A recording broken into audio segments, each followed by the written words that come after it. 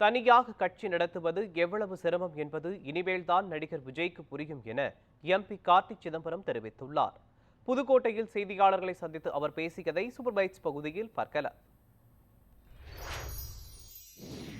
கட்சியை அறிவிப்பது ஒரு பெரிய விஷயம் கிடையாது. ஈஸியா கட்சியை அறிவிச்சிடலாம், கொடி போட்டுடலாம், லெட்டர்பாடு அடிச்சிடலாம். உங்களுடைய நிலைப்பாடு என்ன, ஒரு விஷயத்திலையும் உங்களுடைய நிலைப்பாடு என்ன என்பதை சொல்ல வேண்டும்.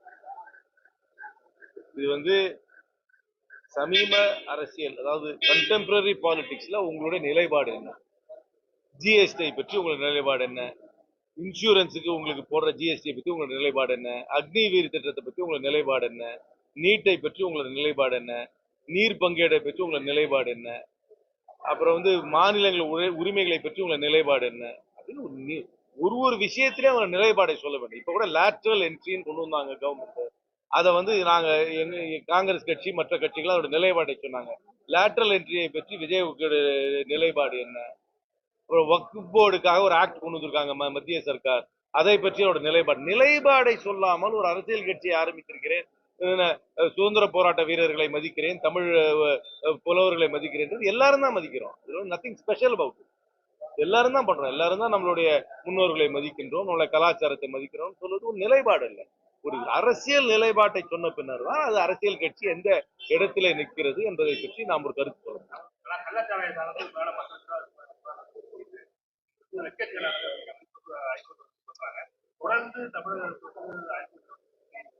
நீங்க சட்டத்துறை அமைச்சர் தான் கேட்கணும்.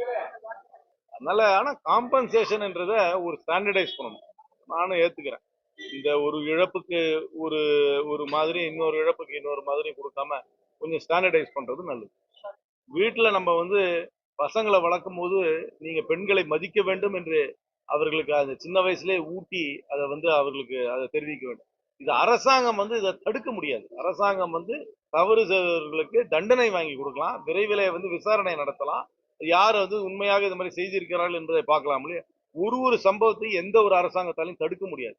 இது சமுதாயம் தான் இதுல மாற்றம் கொண்டு வர வேண்டும். சமுதாய மாற்றம் எப்படி வர வேண்டும் என்றால், பெண்களை மதிக்க வேண்டும் என்ற உணர்வு சின்ன வயதில் இருந்தே எல்லா குடும்பத்திலும் இருக்கிற சின்ன பசங்கள்ல இருந்து அது உணர்த்த வேண்டும். அரசாங்கம் ஓரளவுக்கு பண்ணலாங்க. அரசாங்கம் இன்னைக்கு இருக்க 140 கோடி பேர்ல ஒருத்தரையும் போய் போலீஸ் பண்ணிட்டு இருக்க முடியுமா? யார் எங்க தனிநபருடைய பிஹேவியரை அரசாங்கம் எப்படி கண்ட்ரோல் பண்ண முடியும்? அது நடந்துருச்சுன்னா அதை விசாரிக்கலாம், அதுக்கப்புறம் தண்டனை கொடுக்கலாம், அதை முழுமையா ஏற்றுக்கலாம். யாரு தனியா கட்சி நடத்துற சிரமம் இனிமே அவன் பட்டாதான் தெரியும். அது சகோதரர் விஜயும் பட்டு தெரிஞ்சு கொள்வார்.